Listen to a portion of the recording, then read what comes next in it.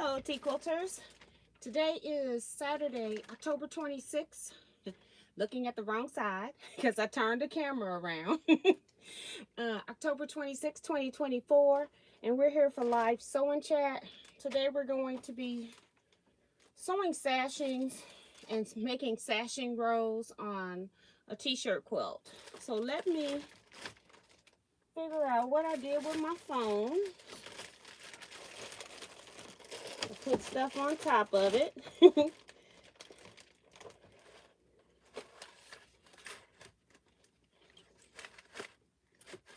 Okay. So, I had Teaquilts Scrap Quilting Club today, hence the shirt. And that went very well. And then I had like errands. I ran to my mom's house. Is this phone on? Let's see. Ran to my mom's house. She wasn't there, but my brothers was there. So I talked to them for a few minutes. And then came home. So I'm tired. It's been a long day.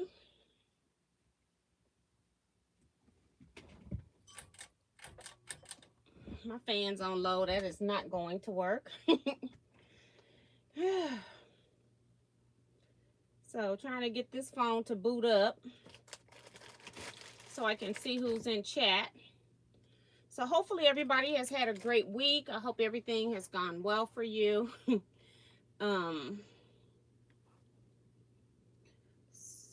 up. I'm trying to see. I had my iPad plugged in and the power cord went bad. So today I'm not using a mic. So you may have to turn your devices up today. Let me see what my volume is on here. Yeah, I needed to change that. So just in case that makes any difference, I don't want anybody listening in a lower volume. I thought it was charged, so I went, 20 minutes before it's time for us to start, looked at it, and it has only 20% power, so I have to have it plugged in. That's why the camera is rotated today. I had to move the camera down, so if I'm looking this way, that's where my camera normally is. So I'll be looking over here, hopefully, if I can remember. Yeah, so this is charged, thank goodness, because it was on a charge. Whoops. I'm not using this, so I can just let it lean today. And I just want to see who's out here, so that's why I want to get in chat.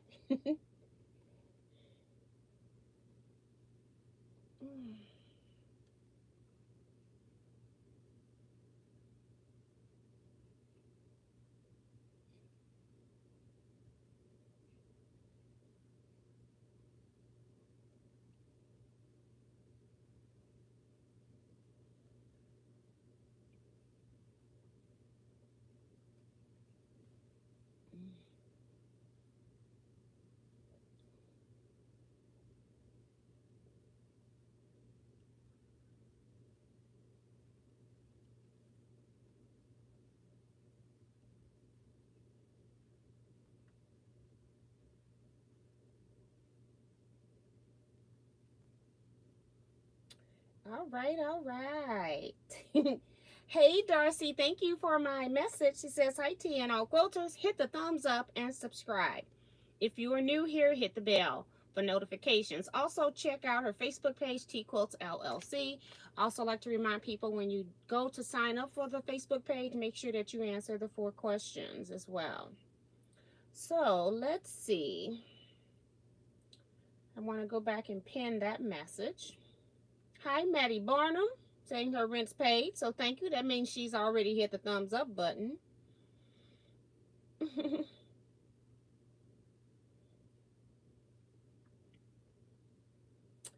All right. Dee Branson, Judy Smith is here. Kara Williams, Cute Lady Corpuru is here. Patricia Priest. Mona Resendez, thank you so much for the box. I got it over there. I'll open that. And Dolores Phelps is here. Betsy, I saw today at Scrap Club. Francis Jackson. Kevin the Quilter is here. Yeah, we had fun at Scrap Club. We'll come back to him. Michelle the Quilter. Janet McCarroll. Janice Miller. And let's see. Thank you, Francis, for hitting the thumbs up button.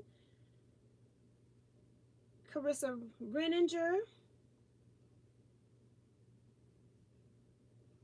Oh, see, he's already confessing today, okay? You know, there was a time when we used to do the Teaquilts with Kevin the Quilter Saturdays that we would be together, and then one of us would be providing lunch. So there was a video episode. Every time Benita would ask, what did we have for lunch? I don't know. Benita must be obsessed with food too. So we tell her every time we met up what we had for lunch. Well, this one time she asked, what did we have for lunch? And I was at Kevin's house, and Kevin had prepared beef stuff, because that's what I call it, is just stuff. Because when I got there, it had no meat in it, okay? And Kevin has a whole story about what happened with the meat. I'm not going to go into that. If he wants to elaborate, he can elaborate. This is my story.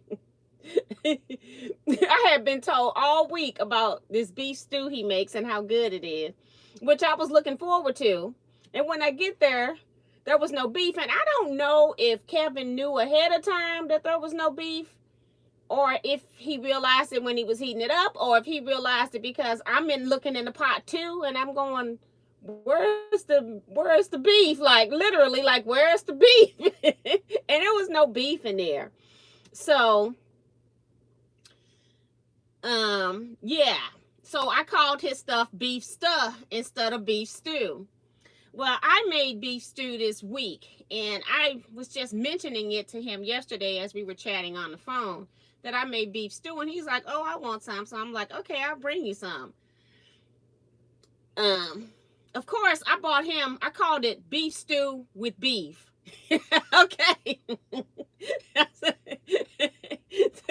And then when I wasn't intending to give Kevin stew, but when he asked, I'm like, okay, now this is what beef stew is supposed to look like. Okay. So he's crazy. That's what he is. So he's saying Miss T schooled me in the appropriate proportions of beef to stew today, folks.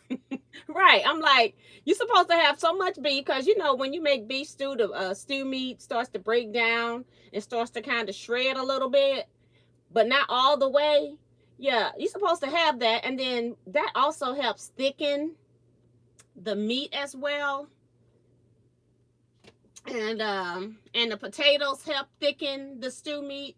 I've never had to put a stew sauce. I've never had to put roux into my beef stew to get it to thicken, because I cut larger potato chunks, and then I also, have the meat. So it was just hilarious today. He was telling me how much he put out. He talking about, how much you put in here, Miss T? I say the whole pack. And I can't remember how many pounds it was, because I just bought it, and I'm thinking I can go back and look at it on my app, but the app shows me that I bought it, but it doesn't show me how much. So we had fun with Kevin today. And Benita's even in here to get to hear this story. I didn't know she was here. So hi, Benita. Welcome. She's folded fabric and listening. Girl, that what a nice thing to be able to do when you got fabric. Oh, my goodness. Brenda Perkins is here. Anita Scott.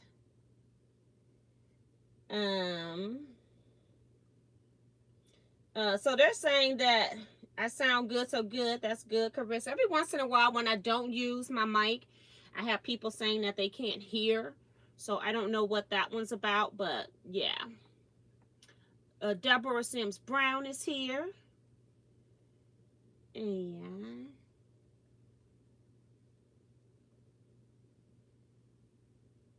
Mm. Right. Carissa says, laughing out loud at Kevin, I just buy a bunch, then dump it all in. See, she says the word all.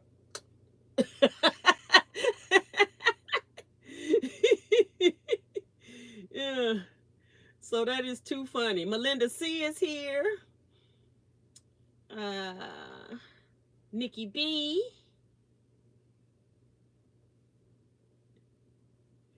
And then Kevin's talking about Miss Darcy saying that, she's not a good cook. So she was saying, that's great, Kevin, because, she's not a good cook, about schooling somebody and cooking something. And Kevin comes back. I'm sure Miss T won't mind sharing with you, Darcy, laughing out loud. I really don't cook by a recipe. That's the sad thing. So I really can't help anybody. Most times when you cook, no matter what seasoning somebody tell you, you tend to go to the seasonings that you like. And I go from there, and I use a lot of different herbs and stuff because I like the flavor of herbs over just straight salt. So I put a little salt in because, it's meat and vegetables. It needs some salt, but I use a lot of herbs too. So I just be in the cabinet. Sheila Willis is here. Claudette Hall. Deborah Quilts.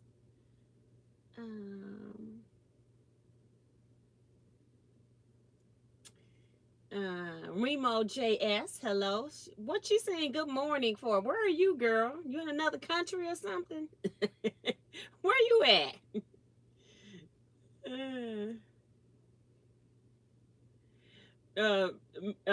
Kevin says that he was bamboozled. Miss T, no, I'm a good cook. He is a good cook. Like I said, the stuff was good, which means the juice, it was good. I had potatoes, maybe celery, and some carrots. They were all good. I just didn't have any meat. Hi, Monty Pep. Welcome. Reminding people would hit the thumbs up button.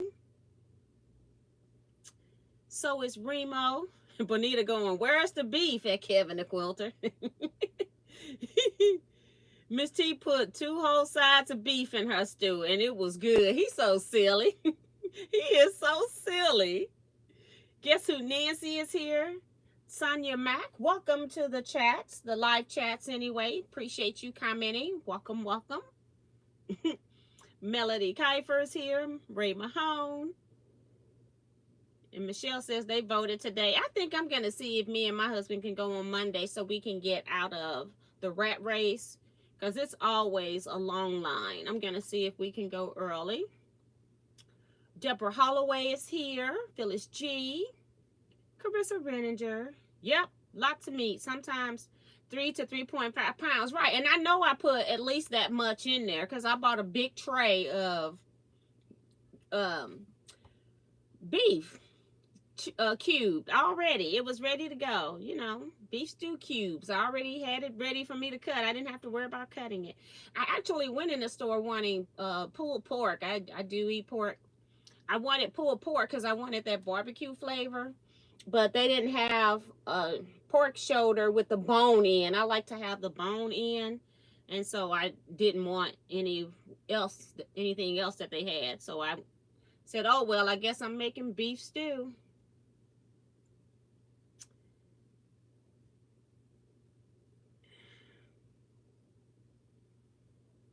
Vivian Calvi is here. Hey Vivian, welcome.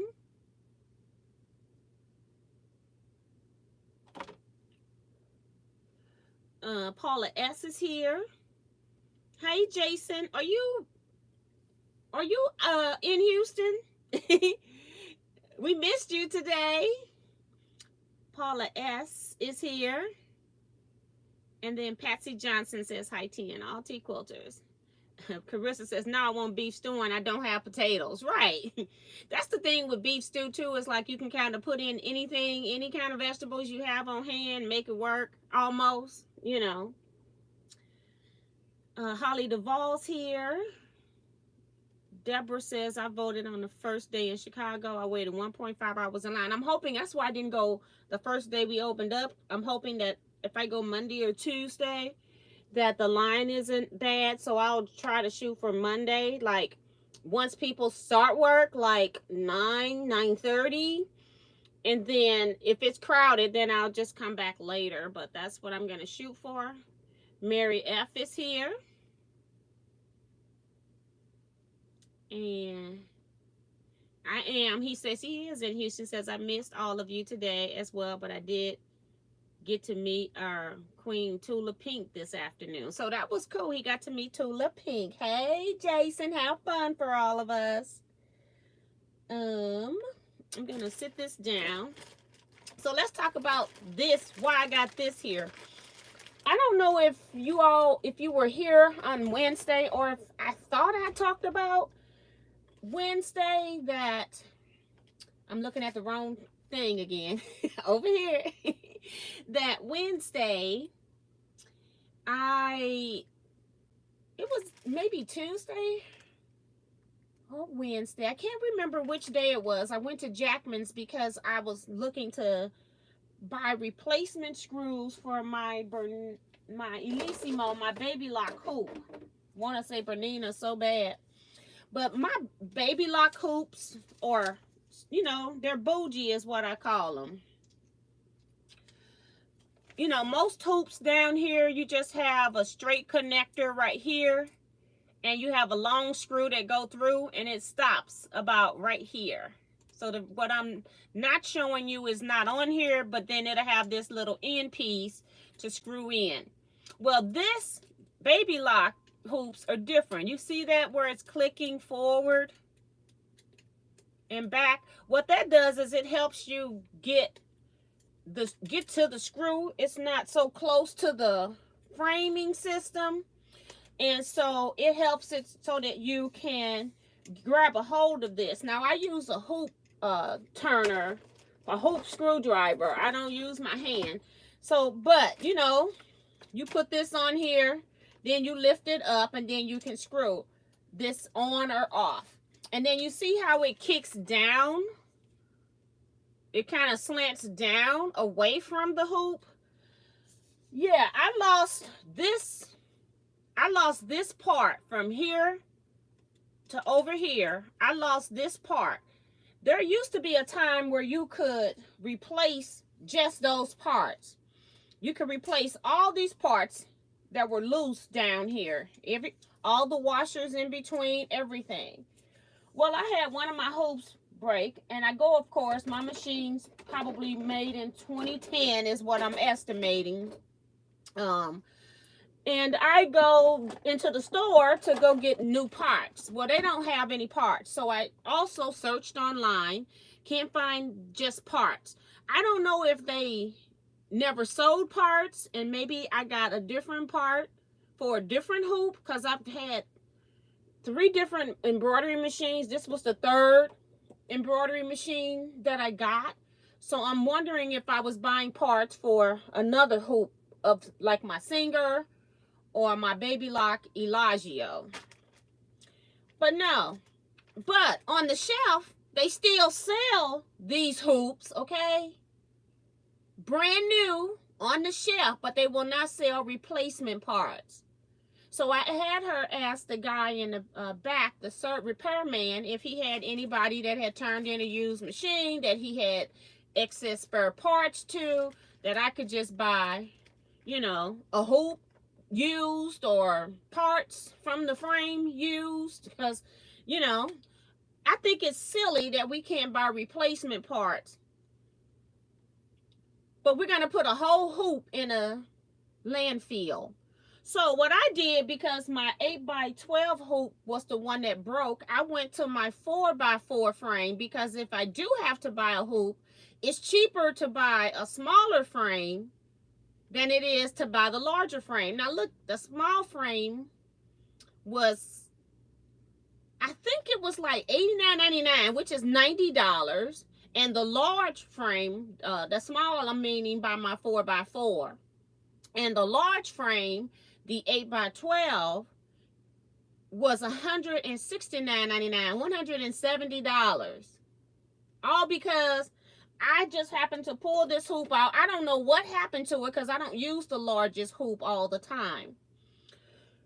So, and then she, of course, tells me that you can buy a new one. We have new ones on the shelf. I say, yeah, but I don't know if I'm ready for that. Especially since I got this hoop working. I barely use my 4x4. I've already taken the replacement parts off of the one that you use for monograms, the real tiny one. This one right here, but this is for the Bernina.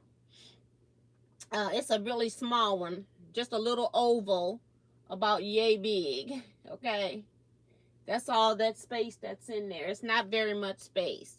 So it's just for monogramming or very small. Like I had one quilt one time where I put designs into a 1-inch square. And so it was really good for that, for perfect placement of very tiny, less than 1-inch designs.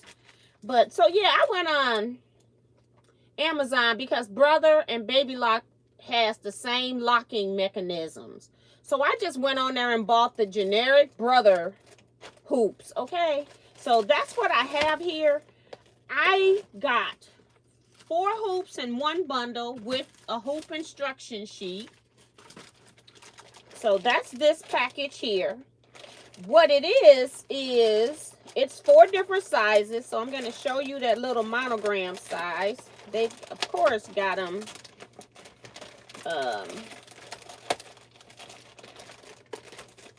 pulled together where I'm gonna have to use something to cut it apart. But let's see, they got it zip tied.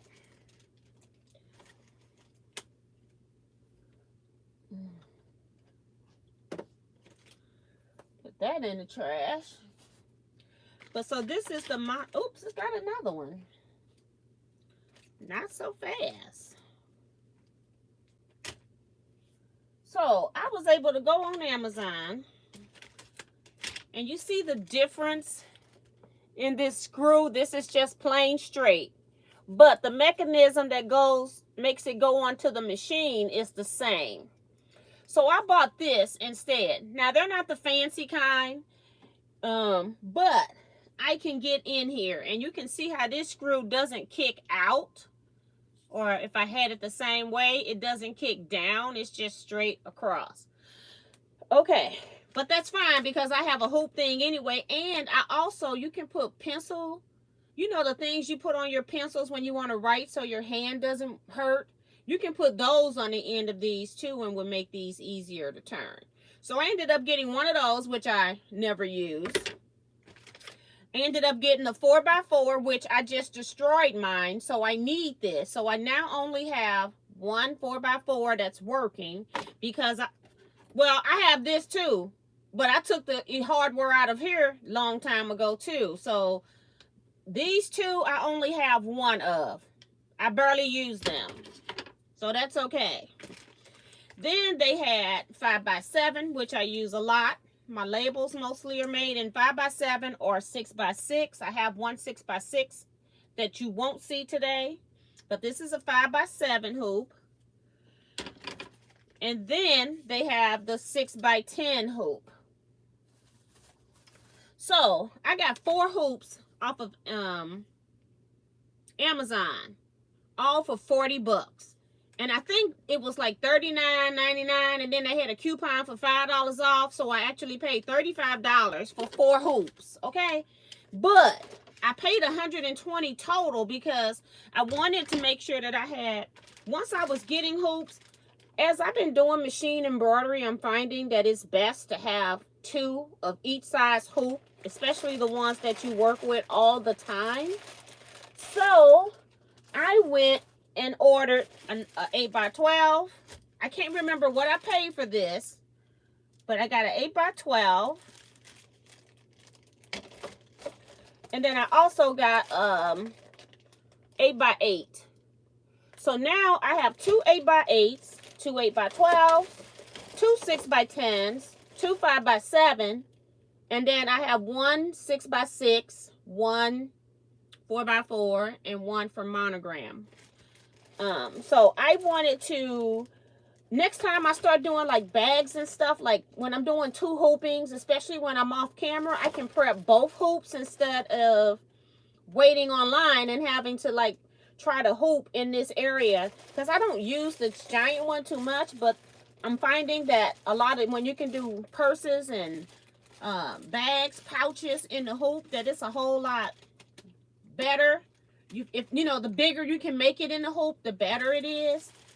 So that's why I wanted that. I also have done a lot of digitizing in my 8x8. I make the strip cork, not strip cork, it's just the strip wallet. I make that also in the hoop when I make those. My family likes those, so I'm always going to be making those. It's 2 hoopings. It's just so much better to have your next hoop ready to go. So that's why I went and bought 2 of everything. Now remember, the large 8x12 hoop by itself was $170, and I got 6 hoops total for $120 off of Amazon. And they're all generic hoops, but I can now get replacement parts for the brother, because they're just straight screw through, and they even have the washers and everything that's here. You can buy those replacements, but you can't buy replacements for baby lock. It makes absolutely no sense to me. But yeah, that's why I had this out, because I wanted to talk about that in case some of you were in that situation.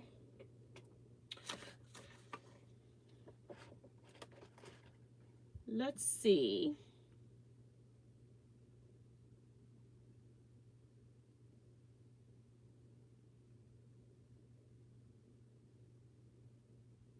Hi, June Hanson. Hi, Sandy Agger. I'm hoping I went back far enough. If I missed your name, just repost it for me. Cynthia Shades here. Sharon Lewis. Sharon, girl, we worked on that ripping today. We probably got like the equivalent of 1 row left to take out. We had a total of 4. So I've been just working on it at Teaquilt Scrap Club. I've done it a couple times by myself, but the last 2 times Kevin has helped me, and it goes a lot faster with somebody else helping, and it's motivating instead of doing it all by yourself. But guess what, girl? Kevin volunteered to, he's gonna visit with his mom next week, so he volunteered to take it with him, and he'll use it and rip the rest of it, hopefully, while he's with her. And if not, whatever he hasn't finished, then I can finish from there. So we're trying to get your quilt unsewed, and then we're trying to figure out what happened, okay? So the Elissimo uses all of those sizes. Yes, ma'am. You can use all this up to 8x12. You can get a 7x12, but I don't buy 7x12 hoop because it's only just 1 more inch wider. So I don't worry about a 7x12 hoop, because they do have that as well. I just do the 8x10s. Not 8x10s, 8x12, and then 8x8, because most of your quilt blocks in machine embroidery are square. So that's why the 8x8 came with it, but I also use my 8x8 a lot. And that means you're using less product. You know, when you use the correct hoop size, you're using less stabilizer. Hi, Diane McCoy. Hi, Paula M. Linda Denton. Ken's World of Crafting, welcome. And Elaine Doucette's here. Kevin saying to Sharon and T, happy to let you know I am almost done ripping and grinning and grinning. Yeah. It you know, when you're doing a task that's kind of boring and unmotivating, I do find, sorry to say, that it is a lot easier to do when you have somebody to do it with you. And I remember Peggy O'Connor, she comes in here, she's local, and she helped me rip one time a customer's quilt because it was acting up. It ended up being the fabric. She had purchased some fabric from a backing of cave print from Missouri Star, and one of the colors, which we didn't know until we had ripped it like 2 times. I was on the 3rd time, and I ended up changing threads and everything. And the customer originally wanted variegated thread. Well, the variegated thread is a little bit denser than like King Tut makes the variegated thread. I think it's superior. I think it's King Tut, if I'm not mistaken. I can check it later. But that thread was just too heavy for the bad spots in that quilt. Once I went to just a plain regular thread, it went on ahead and quilted just fine. But I didn't know what was causing it, because when I first started quilting, I always check and the back looked good. But every time it got over this particular color in the print, it was bad. It was just a bad cave back. So I don't know what that was about. Claudia says the same thing happened with colleagues with the FOF creative sensation machines. Yeah, I just think it's, we talk about trying to reduce waste. I can't believe that they want us to throw the whole hoop away. Say my 8x12 is the one that broke originally, but you want me to throw that away and go buy a new one and put all of this into the landfill compared to just giving me a replacement screw. It's the craziest thing I've ever heard of when it comes to those embroidery machines.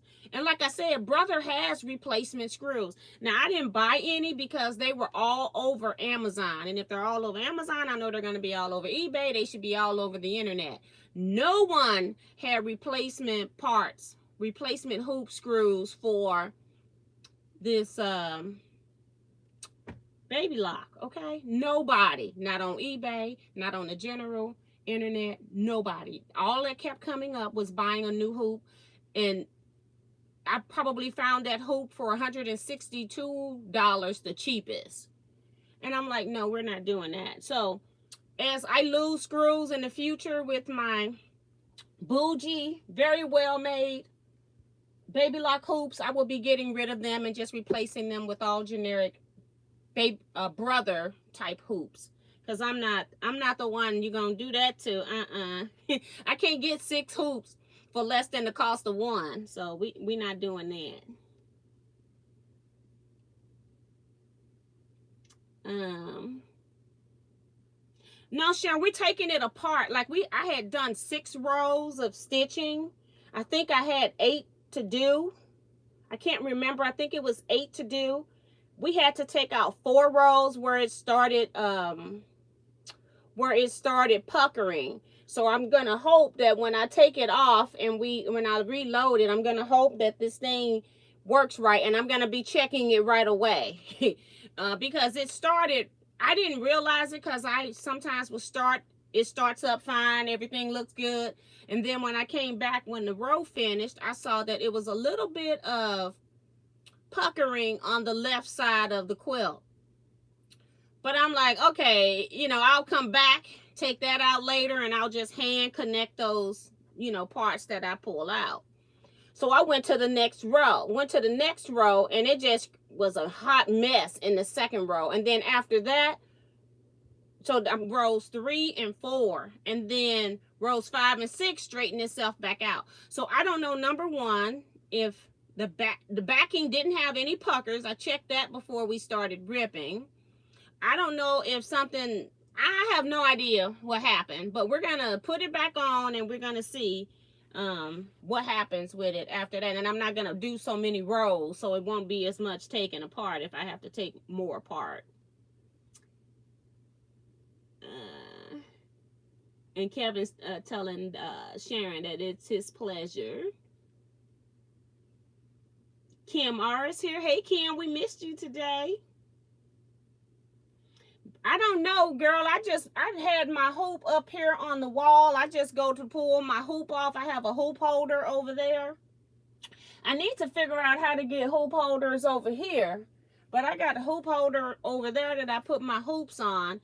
I just took the hoop off, and when I went to screw it, I saw that the screw wasn't there. But I went on ahead and just manually, I was able to tighten it enough to do the projects I was working on. But when I knew I was going to be doing it live with you guys, I didn't want to be messing with that screw, or if the screw completely broke off, the part that didn't have the metal part, because it was missing the metal part that goes in. So I was like, let me take it off of my 4-inch frame so that I'll have a working hoop when I came on Wednesday, because I'm telling you, I don't even use the 8x12 that often.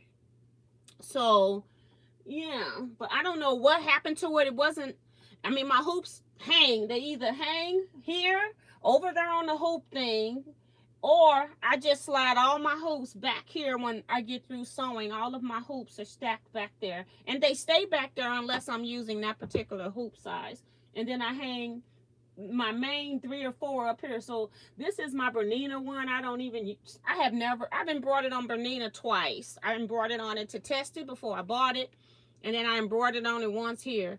But I can just put that Bernina hoop up because especially the monogram, I don't even know. I think I'm just trying not to lose it. So, but I don't use that. So, let's see. Missed you guys too. Wasn't feeling fabulous today, so just rested. That's good. And hi, C Joy Creations. Hope you feel better, Kim. So let me show you what Mona sent in. I don't know what it is yet. Oh, and then all of these hoops also have the grids, the centering grids. But I don't need to use, I don't know, still don't understand. I know what they telling you to use this for, but I don't understand why we need it when our software, maybe this was pre-software centering everything, but I don't need this unless you're like putting something. Maybe I just don't do the drop and plop stuff. And then on my Baby Lock, it has a feature where we have snowman stickers. All you got to do is put the snowman sticker centered where you want it. The machine will go find the snowman and then center your design from there. You know, there's a process, but yeah, I don't use that stuff. Let's see. So this came from Mona. If you all remember, we've been in chat talking about retreat donations. I got a retreat donate. Did I get a retreat donation? Yeah, I got a retreat donation from Butler. And Mona was in the chat saying that she used to do retreats and she had a few things left over. So she sent me some of them. And she says that I can use it for retreats. So this is a spoiler alert.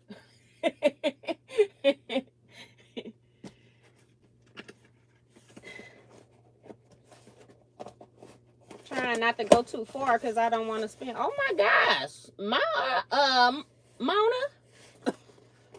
Okay, already on the top. I haven't even got the flaps up, but I can see through the, the little crack.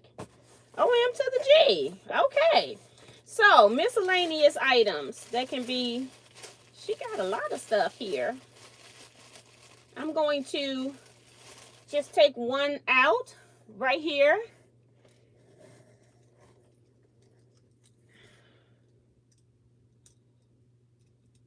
I'm thinking this is a needle threader. And am I supposed to pull this up? That's the only way I can. Oh. I got to press down. Okay. I haven't seen these yet. Wait a minute.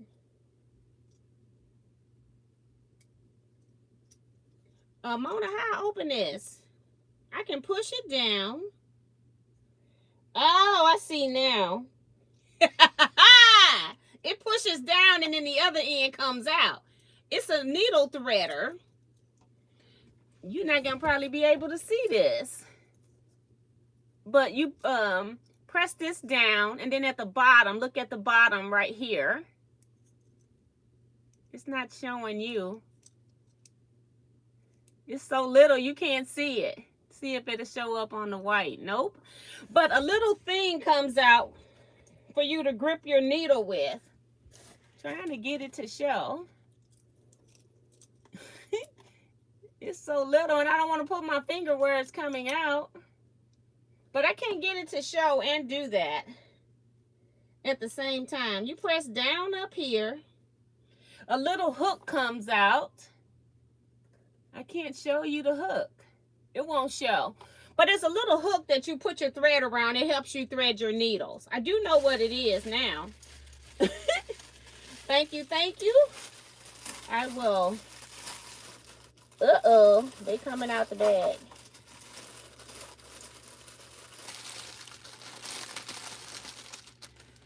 I don't want to tape it all the way up because I'll have to count so I know how many I got. Oh my goodness, this is like a really nice goodie bag. These are Tula Pink little duck scissors that you do trim applique with. Mini duck bill scissors. Little mini size. Those are cute. This one's up on top that I saw. Island Batik. What do they call them? Jewel box batiks, Island Batik. 2 1/2 inch strips. Because remember, everybody can't call them jelly rolls anymore. O-M to the G.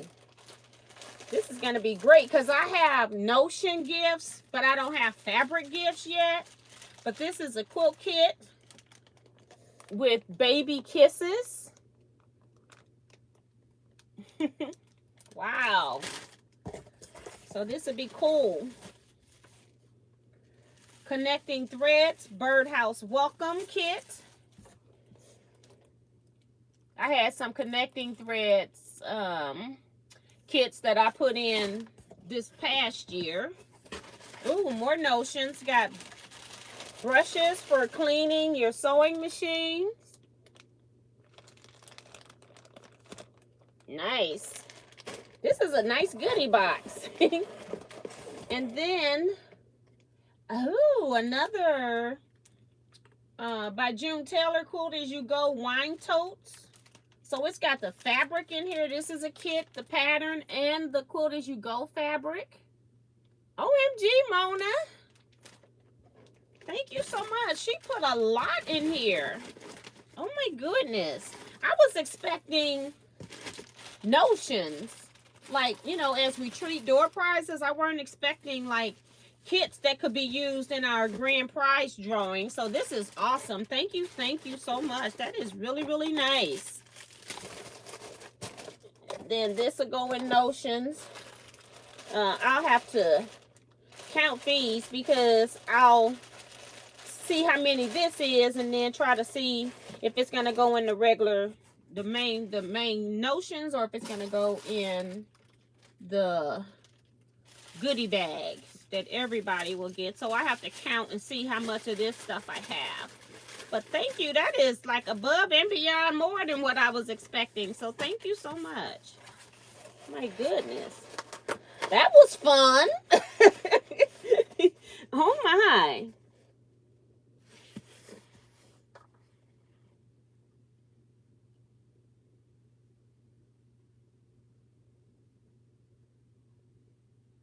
Hi, Rhonda Barlow. Welcome.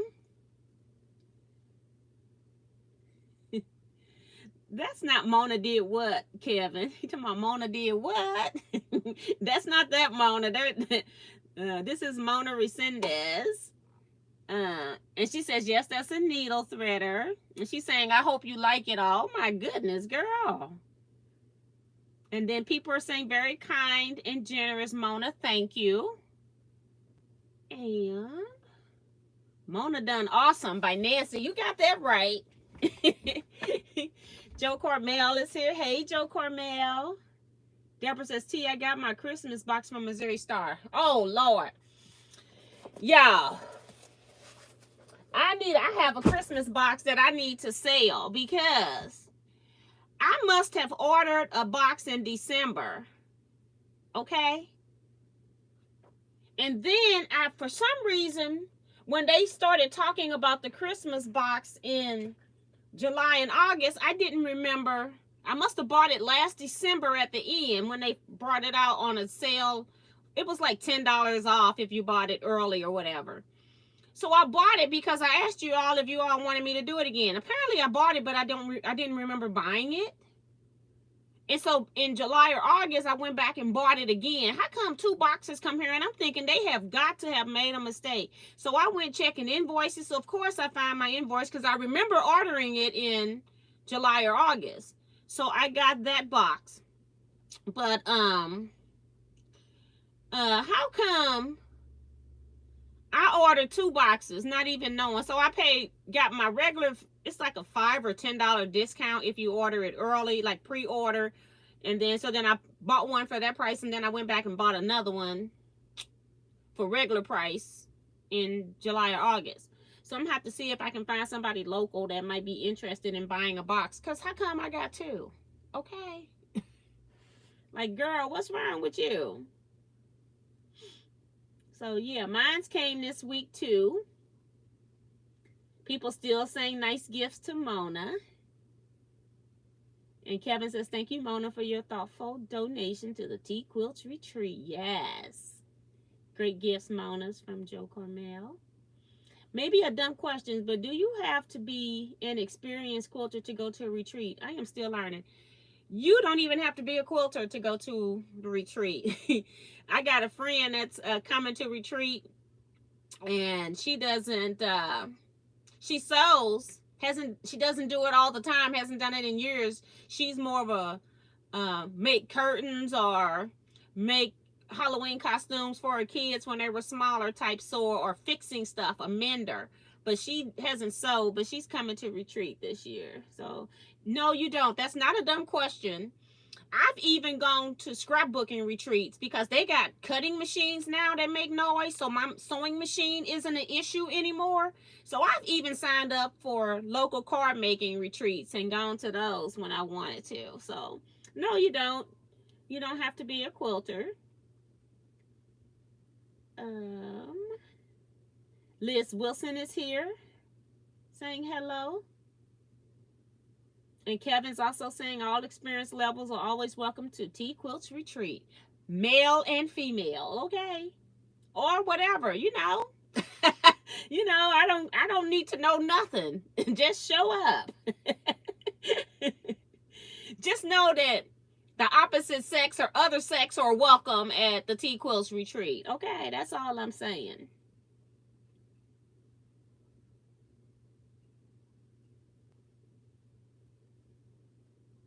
Joe Cormel talking about she ready for retreat 3.0. Joe Cormel's not coming in 2025, so she'll miss the third retreat. No, she'll miss the fourth retreat because I had a retreat in 2018. 2020 we were scheduled, but it got canceled to 2022.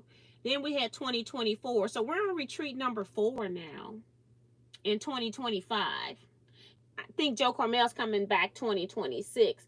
See, some of my people, you know, I used to do retreats. The retreats were set up for every other year, but those people kept coming back that I couldn't get but like 4 or 5 new people.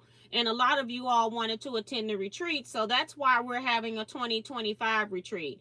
So I'm going to see if people are still interested in a 2027 retreat before I schedule it.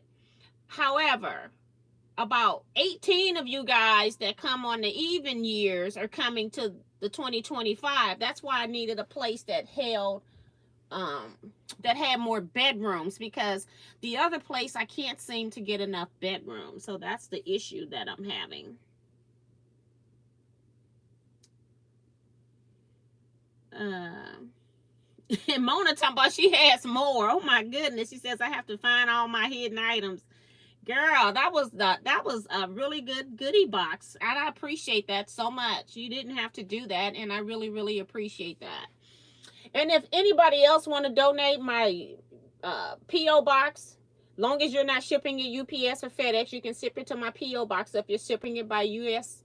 mail, it's down in the description of my videos. I have like a donation list that I give to the retreaters, letting them know who donated what, and or what items. Like on hers, I'll just put down kits for all the fabric items, because all her items were kind of grouped some kind of way. So I'll just say she gave X number of fabric kits and brushes and needle threaders and pair of applique scissors. So that was really sweet of you to do that. That was a lot. I was not expecting that. I was expecting the brushes, the needle things, the small things like that. I wasn't expecting stuff that I could use in my grand prize, and that always helps me out so that I don't have to go finding deals or going through my stash if I don't have time to find stuff to put in there, because I like to have like whatever number of people that we have at retreat. I do it by name pool in order of people getting to choose what they want. but I always have more than the number of people at retreat. So people have a choice. So the last person called is not getting the last gift. It still might be 10 other gifts on the table that you can choose from. And that's what I like about how I do the drawing. So you're never getting, you might be the last one called, because that's how my name always comes out, and then you feel like you don't have a choice. I want everybody to have a choice, so I try to have more than what I need there. Jason says the same thing happened to me with that Christmas box a couple years ago. Oh my gosh, don't you start.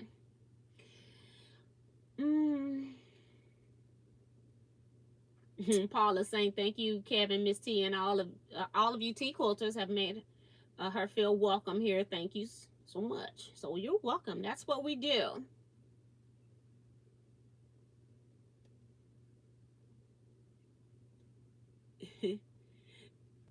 Margaret Hassler is here saying hi, T and all. Hi, Margaret. Welcome to the... Oh, Lord, we probably ain't going to be here 2 hours, because even though I got this thing plugged in and it's charging, it's taking more power than it's giving. So it's already telling me that I have a low battery. Okay.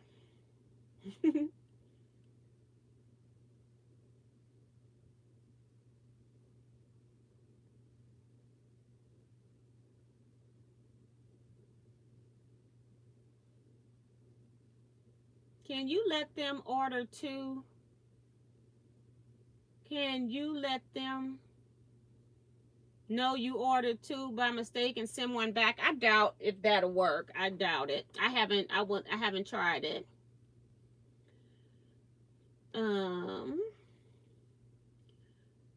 Paula says, I love to sew and other crafts, but not a quilter yet, so I don't want to be in the way. Thank you, Miss T, and everyone. Yeah. So yeah, but we don't, and everybody is treated the same. So nobody gets any kind of special treatment based on your skill level of quilting. We're just having a great time. Joe Carmel says, I couldn't confirm the days off for 2025 due to changes in work vacation policy. Girl. And she says, we can only request off 6 months ahead of time. Girl. Now, that is so weird, because nursing, I worked in healthcare, mental health, and they always had nurses, doctors, social workers, and psychologists. They had to request in January if you wanted guaranteed time off, especially Christmas, which was almost a whole nother year away. But they took them when we came back off of holiday break for the year. That's when they started. They wouldn't let you put them in December, but they started for the year. And then if it was a problem, then they went by seniority, or if you had, because with nursing, you kind of have to do it a little different and give, if you had Christmas off this year, and then you want it off next year, then they would give it to the other person because you had it off the previous time. So it just depends. But girl, that is horrible.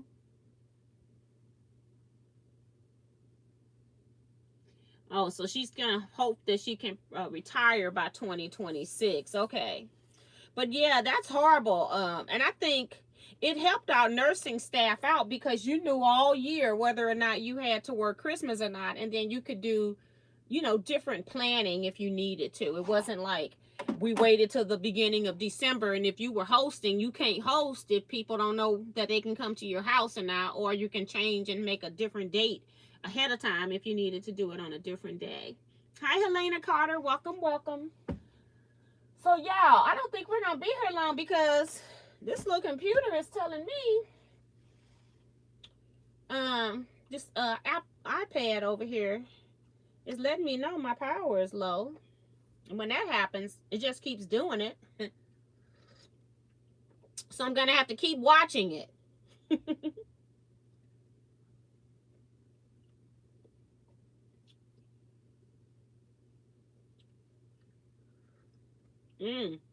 Helena talking about one more week and then she'll be cruising for 24 days.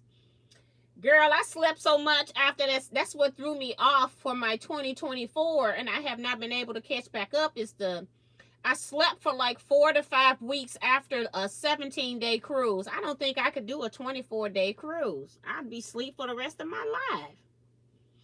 I'm one of those people that when I drive in a car long distance and I go and then I come back, say I'm gone for 2 or 3 nights and I come back, the next 2 or 3 days I sleep very well. I had no idea that being on the ship for 18 days was going to affect my body like it did.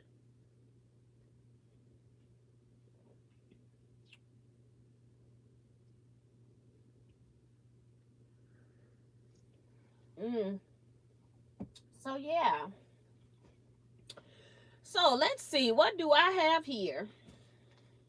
Before this thing decides to kick us out. We are almost an hour in. I didn't even bring my paper because I took my paper into for show and tell, and it's in the bottom of the bag. Didn't even think about that. But I have all of my blocks framed. I decided to put a frame on these. Last time I made them for the line dancers, I had to make 3 quilts in a short period of time. And so I did not put frames on them. I just did sashing. So this time I went ahead and put frames on them. And then I've also cut sashing pieces that I want to put on. And then I've got some extra pieces, and some of them are in here too. I got extra pieces like this that also are going to be going into the rows. In order for me to use these pieces, I'm going to have to go get my paper out the bottom of the bag. But at least we can just sew the sashing rows together. And then I can use some tape and just put a number on the rows. Let's see, a pen. That's a highlighter.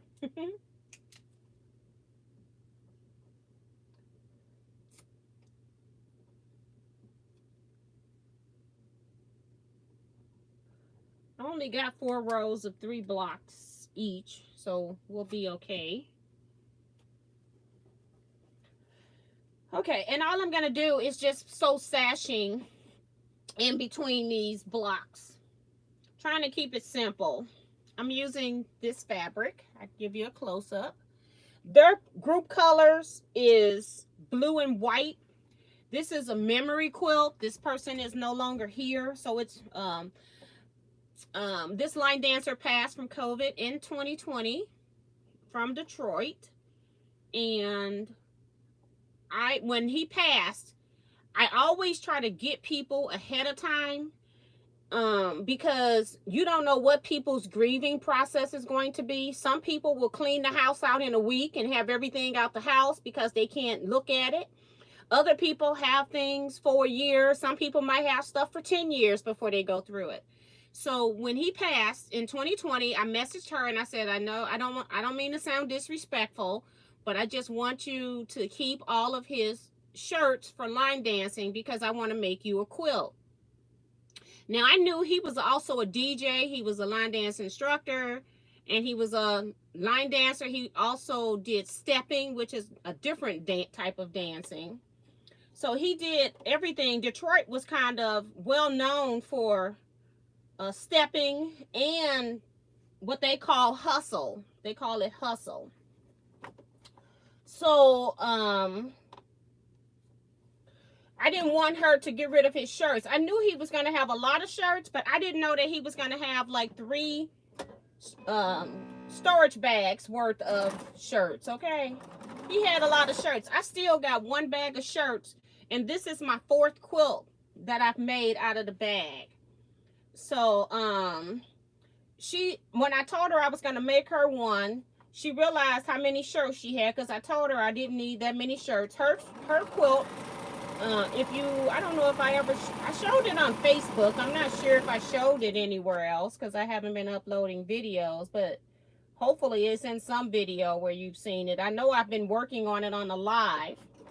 He had airbrush shirts and everything. It was a gorgeous quilt. Her quilt was a custom quilt. These other ones, she's not willing to pay like custom. It's like a semi-custom. She's not willing to pay custom, so I'm just making regular quilts that are about twin size for each of his children. I don't know if this is my last one or not. I really don't know, but I'm gonna get the one underneath and put this on this side. This is the problem with an odd number. I should have gone the other way, but I didn't pick them up that way, so can't do anything about it now. But I have to just remember to put them on the right side, because on the outside I'm not going to put any piece sashing. I'm just going to put the blocks. And in line dancing, we all had a name, a line dancing name, and his name was Dollar Bill. So that's why you see Dollar Bill on those other things that I showed you. Those are going to be, uh-oh, my thread broke. Making sure nothing's on it. I guess it just had it just was probably a bad part in the thread.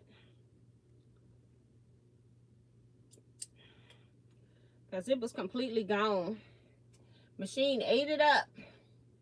I just oiled it when I was in here working on the shirts to sew the frames. I told you all Wednesday that I had to get this quilt done. And so I was working on it Thursday and Friday.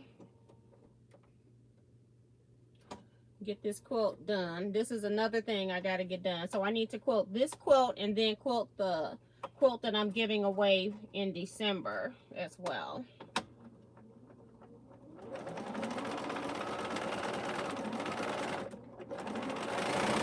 All right, so I'm not going to worry about pressing right now, I don't think. I'll just hit it with my wood iron. Put this over here so I don't lose it. I'll just, so it has some memory, and call it a day.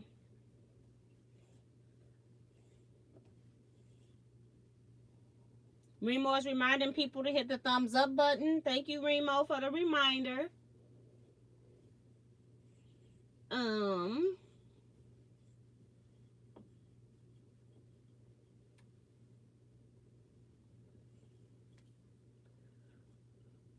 Paula says a memory quilt is such a beautiful gift. Yes, they're actually, I was just telling Kevin today, it's like the one reason I know a lot of people hate making these, especially when people don't do custom. I prefer to do custom designs because it keeps me interested in the process. But I'm okay with doing just your basic setting. Like, she didn't really pay for frames around and all of that, but I don't care. I'll go ahead and do it just to add a design element anyway. Because for me, a memory quilt is something different. It's not about making money. I do charge so that I'm not having everybody wanting me just to make them a quilt, because you know, I got so many people that you have a quilt, you can give it to me, I'll take it. Nobody wants it. Like, girl, go sit down. So yeah, I just want to make sure that they pay something. I never get what my quilts are worth for memory quilts, but I want to make sure that they pay something. And it's a substantial something to some people, but it's not enough for me to pay for my time. Like I said, I work Thursday and Friday. If I charge $25 an hour for 8 hours, that's $200 a day. I've already worked 2 days at $400, and here I am now, day number 3. I may not do much while I'm live, but I'm still working, and I'm not getting paid any more money. If I do, it'll be just right over 400. So yeah, so I don't get paid for this. I do them because these type of quilts, the memory quilts, see, I got more tags in here. His tag name, his line dance name, and then they had a fleur-de-lis. I'm not going to be using some of this stuff because I'm changing out, putting in more of the dollar bills instead. And I've now got them cut so that I don't have most of them, so I don't have to this is row number 2. So I got to put that right there. So yeah. So yeah, so I'm just trying to make a twin size quilt, let the shirts be the star, so I cut all the shirts the same size unless it's custom. And then I go from there. If it's custom, I'll cut about 2 inches outside whatever the logo is. But for regular shirts, I just cut a 15-inch square.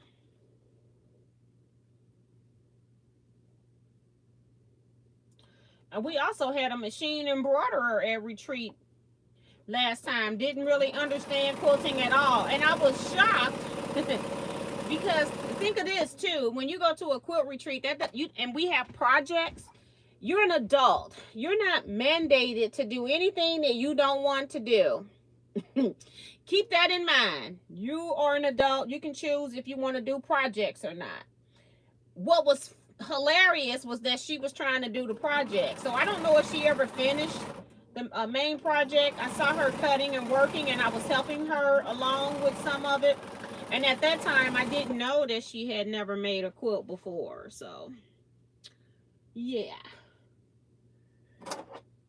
Let's take these 2 off because they're just going to be attached to each other.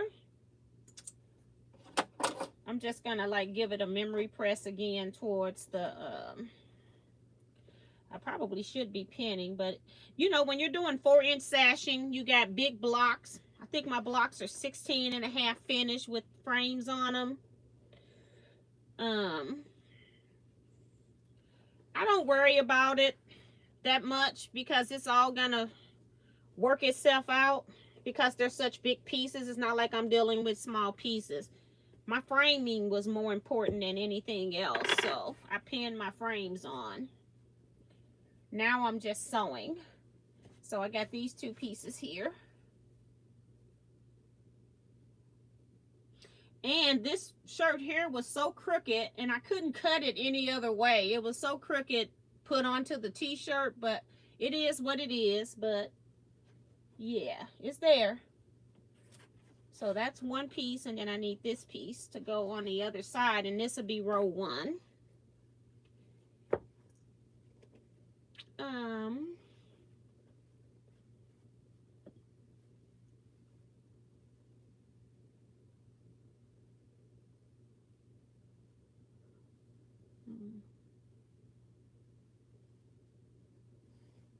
My chat, I must have hit the screen with my quilt pieces.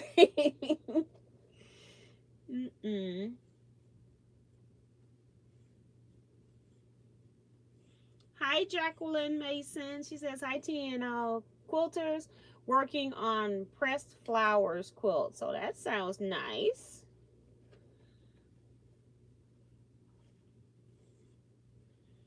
Are you pressing like real flowers onto fabric? All right. So remember, I only want sashing on the insides because on the outsides, I'm just going to use long strips. So I'm going to put that over here. Ugh. Put this over here. And I will go back and press this with my iron later on the big board. But basically, all I want to do is just get sashings on here. So I'll be working on this off. Well, as you can see, because I've already started, I'll be working on this off screen because I need to get this done. And I also want to get it into the mail in November as compared to getting it in the mail in December. I want to get it in the mail before Thanksgiving, so it's not competing with holiday purchases that are going to be your Black Friday sales and stuff, and then Christmas after that. So since it's going to be a gift, I want to make sure it gets there, all of that type of stuff. So okay, why do you keep breaking my thread? Like, what's up with that? Gotta. Okay. It's stitching good. I don't know what's catching my thread. Or if I just got bad thread part. You know, you can have a spool of thread that's just a bad spool. Guess that could happen. It stitched the frames with no problem. But I'm having issues today.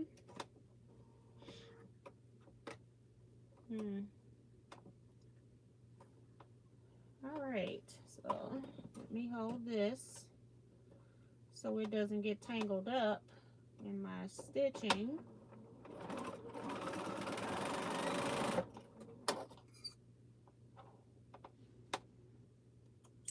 Trim that off. And I didn't trim this other one right there. And then this one is the start of row 2. Let's see. Since the name of the quilt pattern, the quilt is pressed flowers, came in the fat quarter sew sampler blocks. Okay. Okay. I thought she was using pressed flowers because that is a technique. I don't have a heated iron. I don't even have the iron heated. I don't know why I'm looking back there. That's just habit. So I got to also figure out what I'm doing for my family if I'm doing anything for Christmas. So I don't think I'm going to be doing anything. So, and that'll be okay too. You know? Just show up. I'll just show up.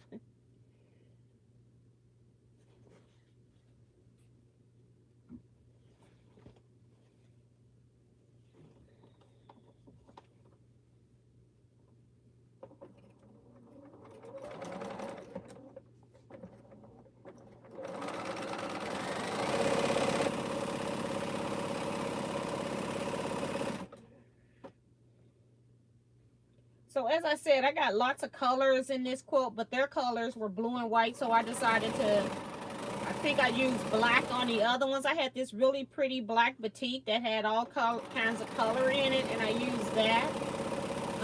For the other 2 quilts, I don't know if I have any more of that, because I don't even know where I put that stuff up.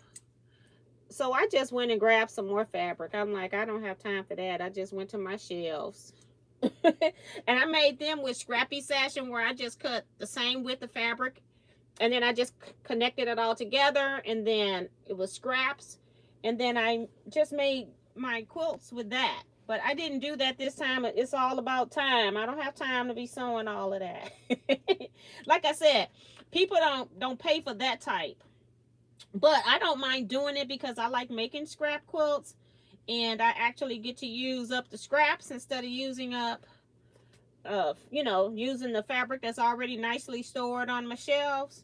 But this time I didn't have time for that luxury. So that's why we're just using just regular fabric.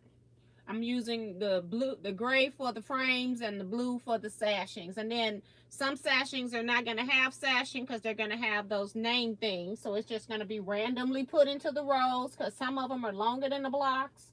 So I didn't, like I said, she's not paying for custom. So her sashings are going to be semi-custom. And then I got a couple of blocks I'll show you if they come up. I've already done one. It's in this row. I'll show you when I take that off, because sometimes you have shirts where you just can't cut a 15-inch square, and when that happens I have to cut it smaller. So however smaller it is, then I have to make some adjustments. So that's another reason why they're kind of semi-custom, because not every t-shirt's gonna conform to your layout grid. But you always know that no matter what you start with, I need to have a 15-inch square before I start sewing frames or sashings or anything else. So sometimes I have to add stuff to it to get it to be 15 inches. I did not feel like thinking about what that was going to be. It is on this first. Is it on this first? No, it's on this row. I got a block that I already added something to. I just got to figure out where it is. I think it's in the one that's on the machine. Because got more of these pieces in between the rows. So I can go ahead and put number 3 on this next shirt. I do know I put I had 4 white shirts. I put them all in the middle to help lighten it up in the middle. So that's how I know what's middle too, because all the white shirts are in the middle. Doing something different. I've never done that before, and that's what I'm doing. Try to put hold on to the top in the middle so I don't lose. Make sure my fabrics are aligned.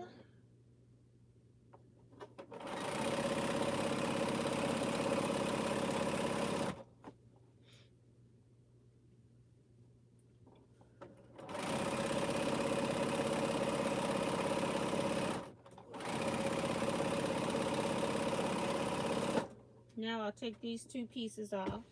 Uh-oh, I didn't put the scissors in the right spot. That's the start of my 3rd row. So just use my little wood press just to give it memory, so when I go to the ironing station I can just iron my rows without any issues.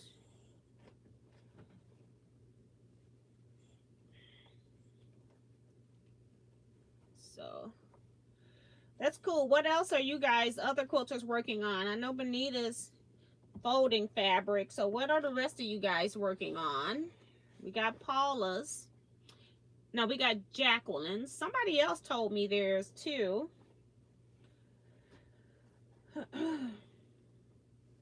So let me know.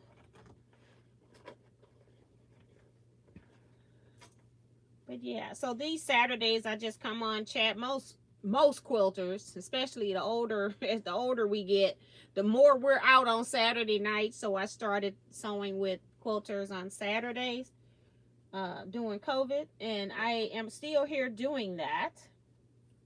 This is what I wanted to talk about. This shirt was not big enough to cut it cut a 14-inch, but not a 15-inch.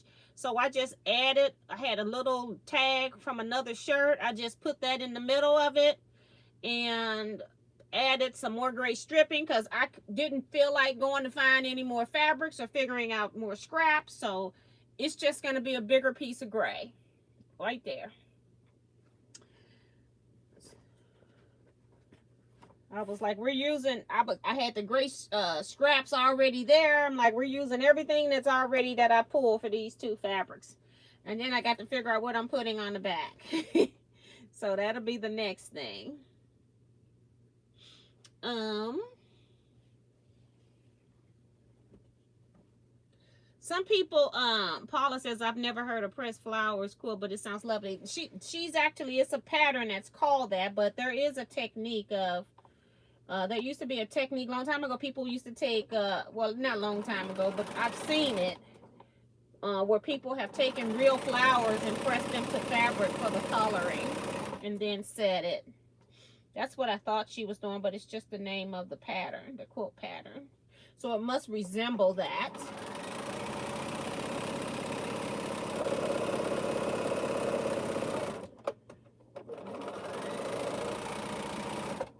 All right. That's 2 rows taken care of. Going on to the 3rd. So, I want that heated iron so bad. I just don't have enough space here to do it. And so,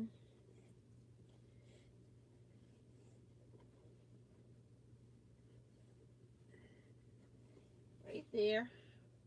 That is not a heated iron. Don't put it back there.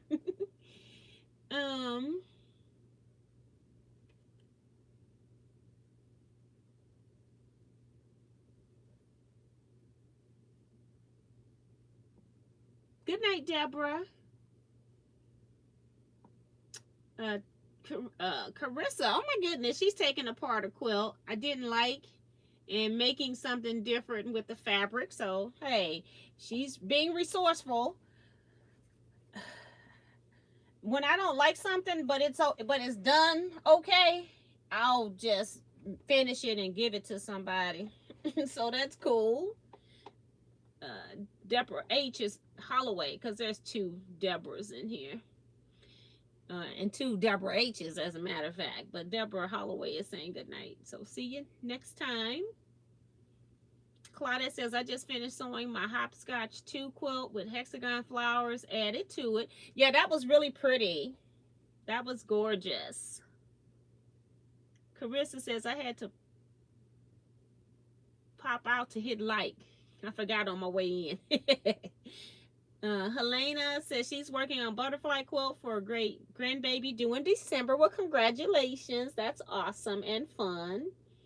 Judy's working on improv house block. She posted that into the Facebook group as well, so that was cool. And she's also doing oven mitts for Christmas, so that's cool. Cool, cool, cool.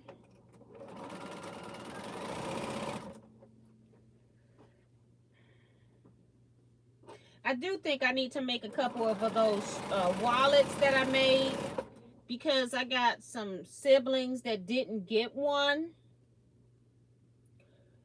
My sister and my niece didn't get one. I think everybody else has one, so I know I need to do that.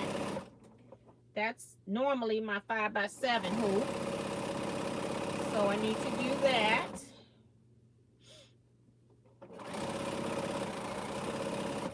So that's another reason I got those extra hoops. Here is another block that I was short, and so instead of putting it on the bottom, I put it up on the top, the extra piece. And just got a thicker, you know, gray frame. It's okay. It's all the same fabric. It's okay. Just put it in there. And at least, you know, that little stuff would normally go into the trash for real. You know, the little small things. So I'm glad to be able to utilize it in the quilt somewhere. Put this down. Go about to the middle. Sew to my fingers. And then get the rest of it. I got my row 2 still back there, I think. It's just building up. Oh my goodness.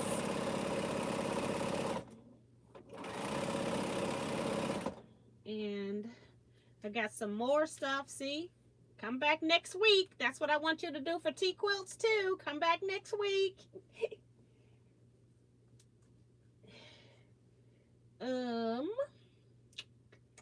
I'm gonna sew on this one and then take all of that off.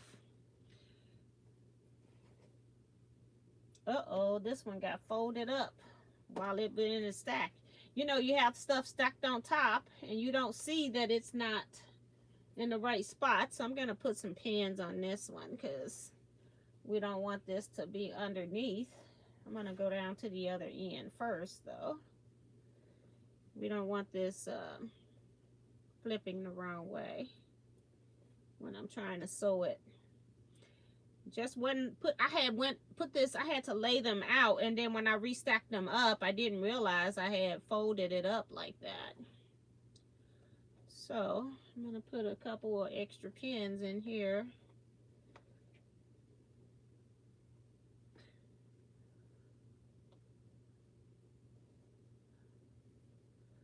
This would be the best seam I've made for the sashing. Once I put the frames on here, I'm like, okay, we don't have to pin the next part. I'll pin when I sew my sashing in between. I'll pin that. So, yeah, you don't want something to move at all. You need to pin it.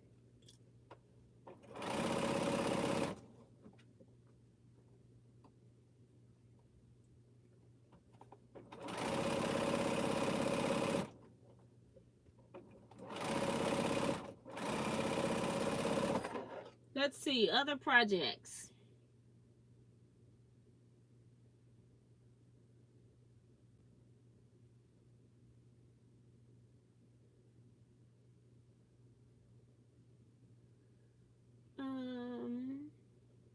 Hold on, let me go back. Somebody said December. Improv blocks. Oh, Liz is working on tea towels, pot holders, and oven mitt sets for Christmas. So I got that mixed up because I was putting that with the improv houses, I think. So we got that straight. Sonia says she's making a quilt representing my alma mater, CSU, South Carolina State University. So that's awesome and fun. I like stuff like that too because, again, that's another memory quilt. So I like that. So that's cool. I've made a couple of Mizzou quilts. I make a lot of cardinal quilts. And we got the blues I've made. And then I've had my customer, I've made 2 music quilts. So that one's different. But yeah, so Joe Carmel, I saw when I was scrolling back up saying that she liked the accent. So yeah, like I said, their colors are blue and white, but I couldn't put a white frame because they had 4 white blocks. So I went on ahead and used the gray. And then gray is a good thing to use for t-shirt quilts too, because put this back, because none of the shirts in this batch were gray, so it was a good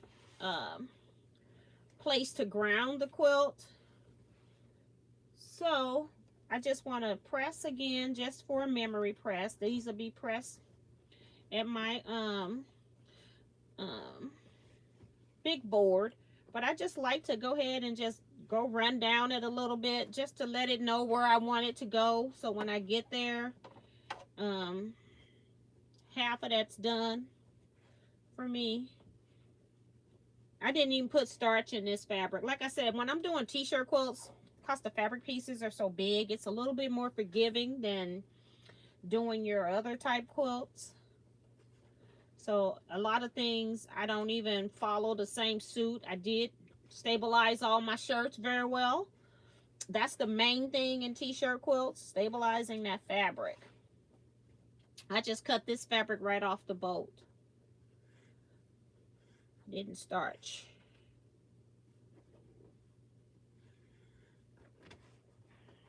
Just telling it where I want it to go. All right. See how this shirt, if it was a custom design, I would have cut it like maybe 2 inches above, 2 inches below, and then I would have put something else with it, or made some kind of scrap fabric panel with it.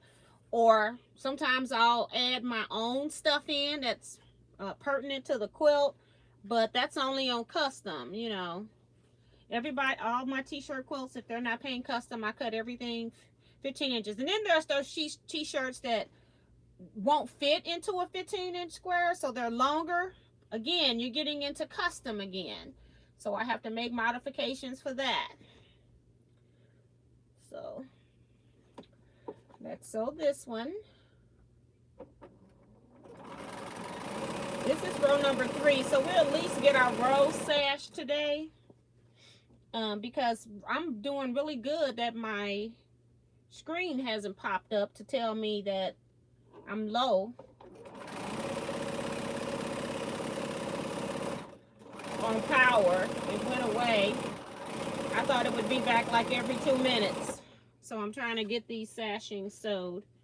We've got about another half hour if it lets us. So this is my first row. This is number 3. And this is actually number 4. I need to put the sticker on it. I got distracted when I had to pin it because it got a little folded. But we're going to unfold that when we press it with a heated iron.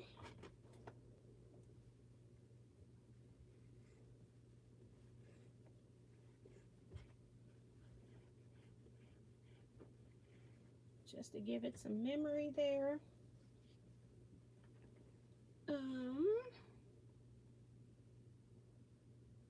Kevin says, ripping and grinning. here, Miss T and T Quilters. Uh-oh. See, it came up again saying that I was low. I didn't know when it happened. But it is giving me the message. So if we get disconnected, that's what happened. If we get kicked off YouTube, it's my system. So I'm just going to let it run out until it's done. So Kevin says he's working on ripping and grinning here, Miss T and T Quilter. So thank you again, Kevin, for ripping on Sharon's quilt today, last month, and even taking it home and finishing it off. So that's cool. Holly Duvall says she's long arm day tomorrow. Autumn on the Farm by Primitive Gatherings is flannel, so hopefully no troubles. So that should be fun. I don't tend to have any problems going to flannel to, you know, using fleece and stuff for backs. I just increase my stitch length sometimes. Betsy was working on halfway, but now I'm working on binding the last side of those 4 quilts that you quilted. Yeah, Betsy gave me 6 quilts today. She says, I only give you 3. You can take 3. I'm like, girl, it ain't gonna matter if you give me 3 or 6. It don't matter. They can just sit there. You know I got them. And if you need anything before they get back to you, you just let me know. So Betsy is one of my people that I've been quilting for many years. I was trying to count how many quilts I've quilted. I got her and one other lady, and I think they're in their 30s or something. And I think I met Betsy right before COVID. Or was it during? I can't remember if it was during COVID or I thought it was before COVID. But she's one of my customers. Very nice. My new kitty spirit is waking up and wants to play, so I will see you all on Wednesday. Make sure you thumbs up before you leave. That's Darcy. Thank you, Darcy, for being in the chat. I appreciate that.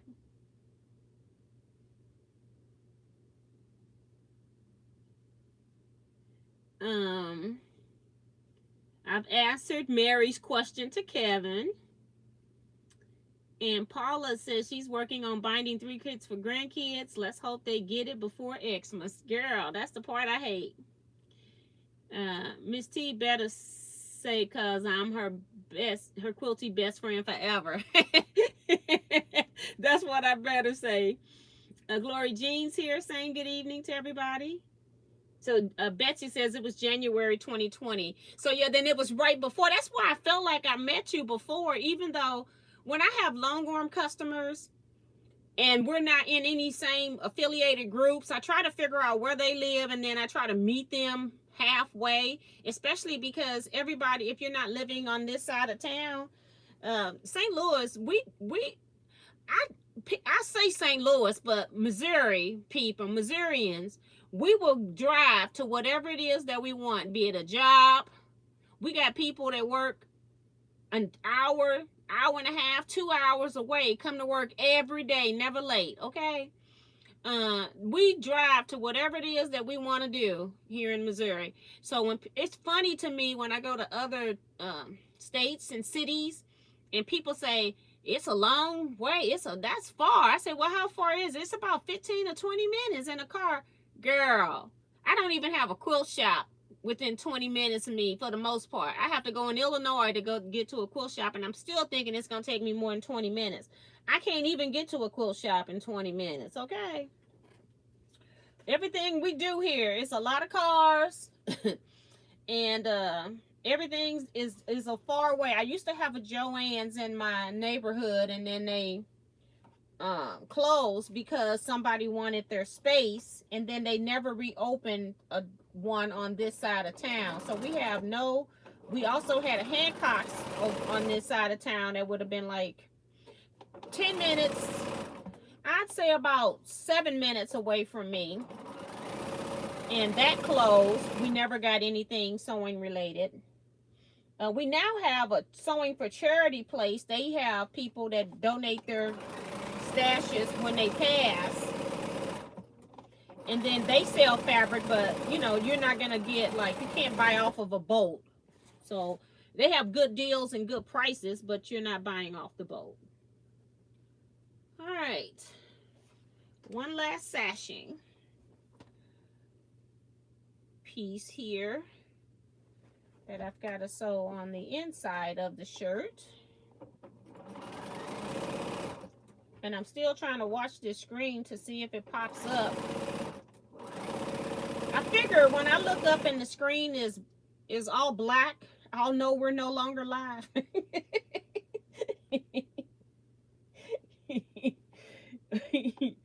So if I disappear, you know why.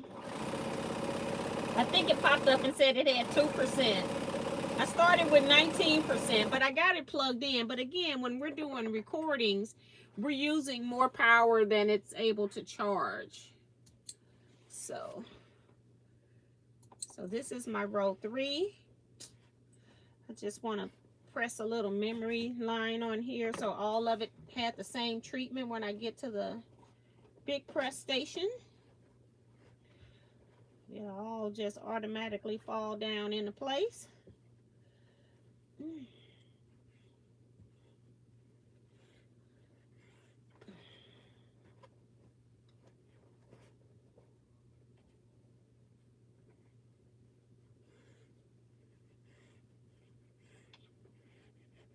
All right, so that's row number 3.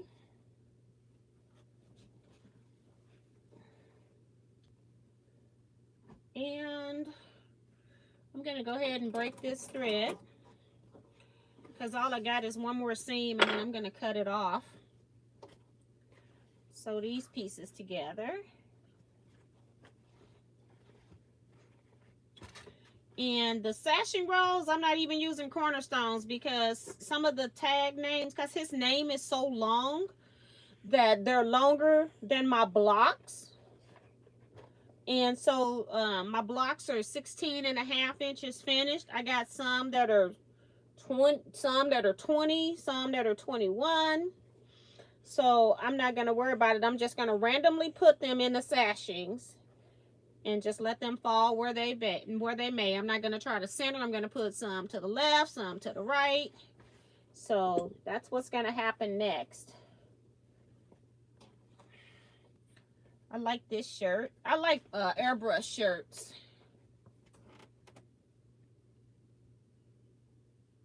I think it says Just Us Line Dance Group presents Neon Chuck Wars STL Takeover 20, what year? 19. For those that couldn't read it. Good night, Janet. C. Joyce says working on Christmas banners for a friend's church. That's cool. Got some people in my large guild that does that. I had one girl, she was making banners for chimneys. I don't know, I'm blocking what you call your chimney at the top. You know, you put your stockings up there, but she's making banners for her children. That's what they wanted. They did, and both of them wanted something specialized, and they are so cute. What she showed us was really cute. She made a prototype, and then she went and made what they asked for. Okay, I had some little small scrap pieces. I didn't realize I had them in a stack. I guess I brought them in here just in case I was short something, but I wasn't.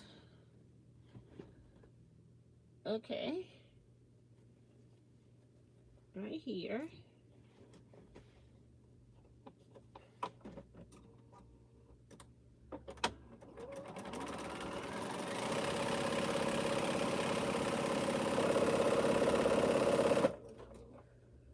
All right. So we at least got what I wanted to get done here today.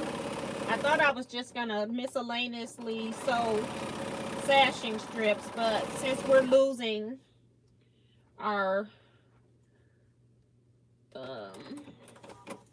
we can go out at any time. I'll just wait on that, I think. But yeah, and I don't have my paper in here. So this is all I've done for 4 rows. And that's better than nothing at all. So I've been working on it for the last, I worked on it like for hours because I had to cut the shirts. I had to cut some shirts. I had to then interface them and then cut them all to size. You know, recut them. I just rough cut them the first time. And so I'm not going to use any, or not many of these. I might use that one because it's 4.5. I don't think I'm going to use these small ones. I can't remember if instructor and got kicked out or not.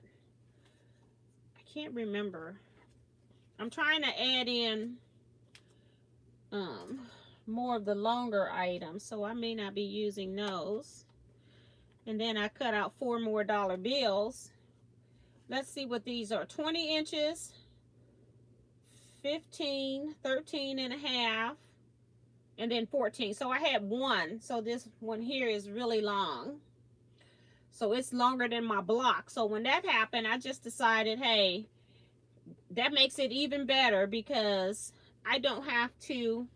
And notice how this shirt, it was at the bottom of a shirt. So this was as far down as I could get. You know, I couldn't center the text.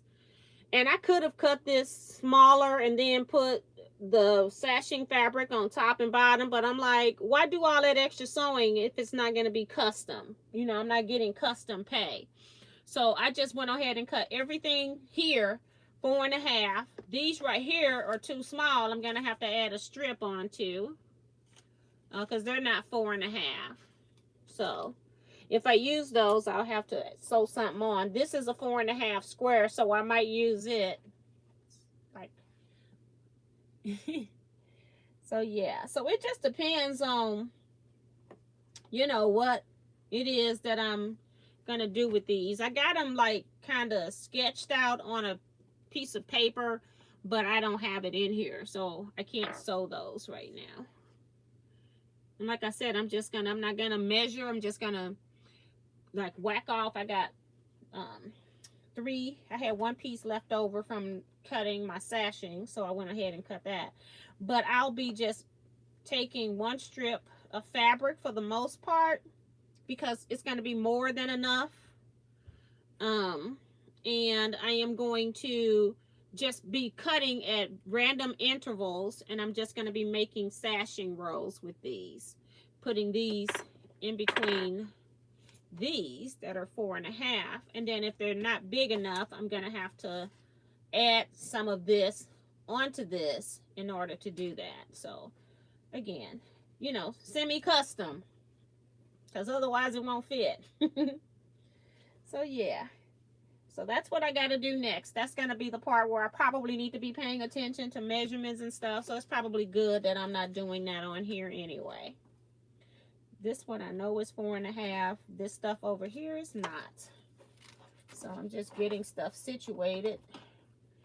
And then when I get my sheets, I'll have everything ready to go. Because all I'll be working on, I don't have to work with the quilt right now. I'm just going to make 3 sashing rows. My bestie lives 1 town over, and it takes like 45 minutes to get there. Like, it ain't that long. Yeah, and yeah, I do understand, because when we gotta go somewhere, we just gotta go. Joe Mel says making breakfast for dinner, eggs and bacon.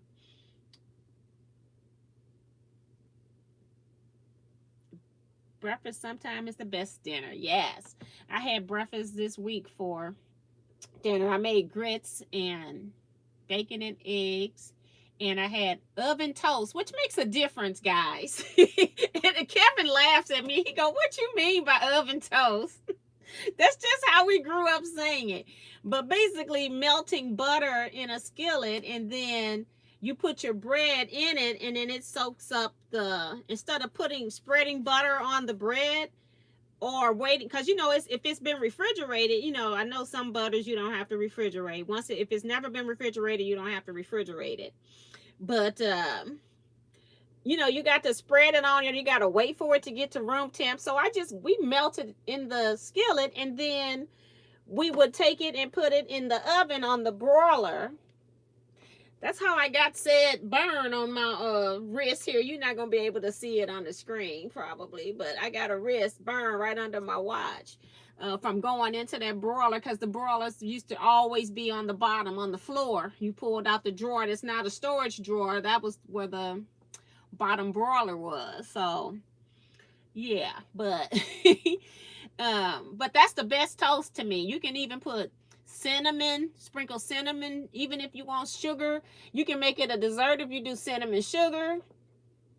So yeah, that's the best toast. So every once in a while, I don't do it that often, but you know, I'll take toast out of a toaster, but every once in a while I want oven toast.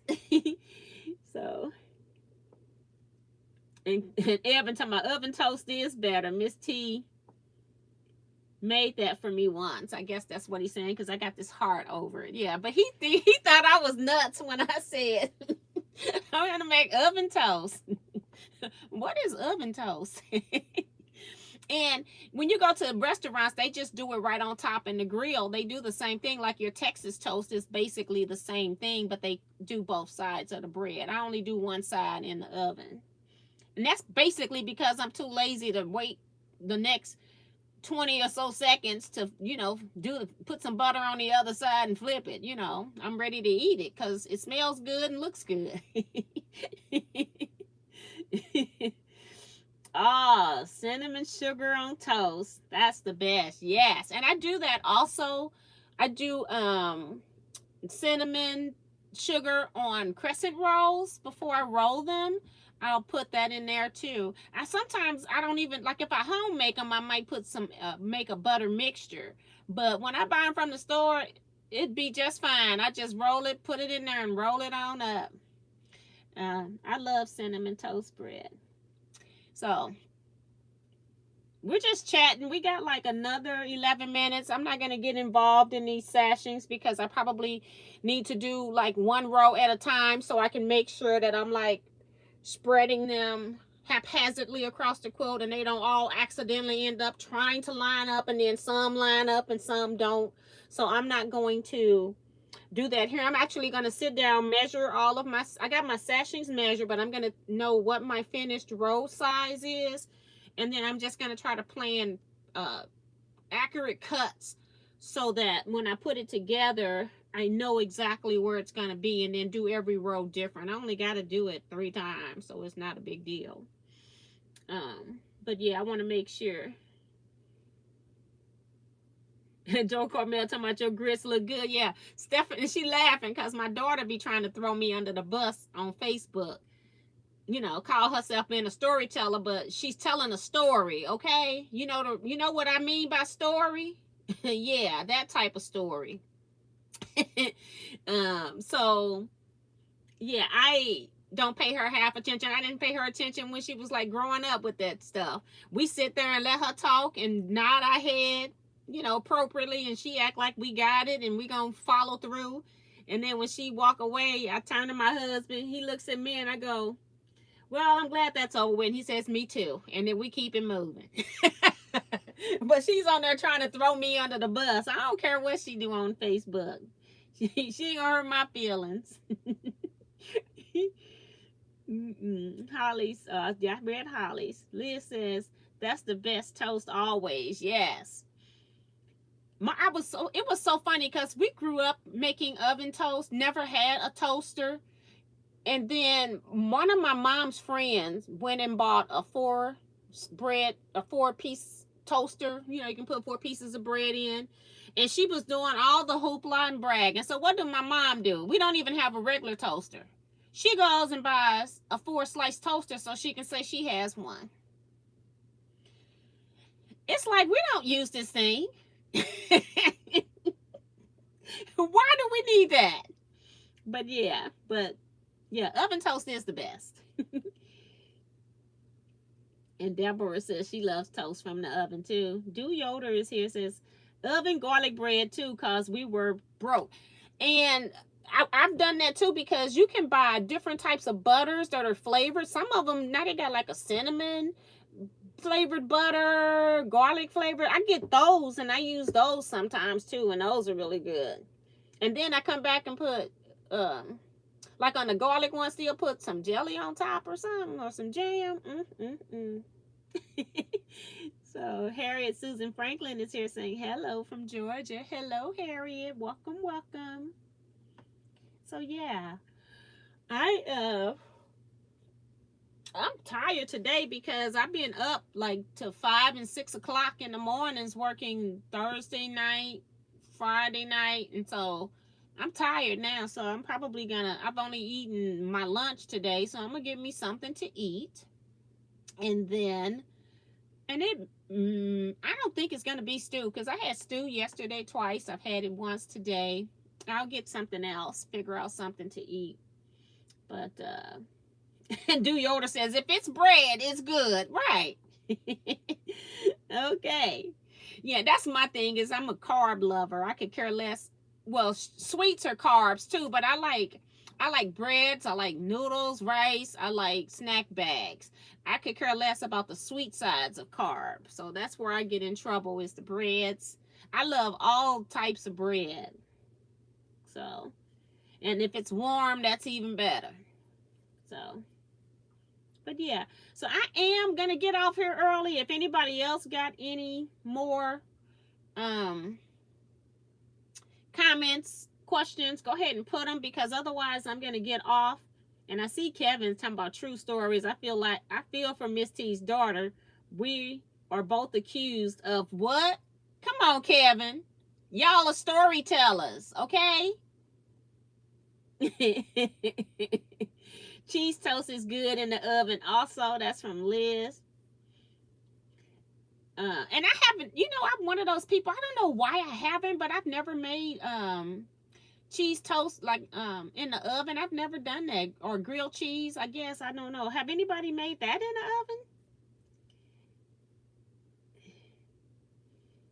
the oven? Good night, Carissa.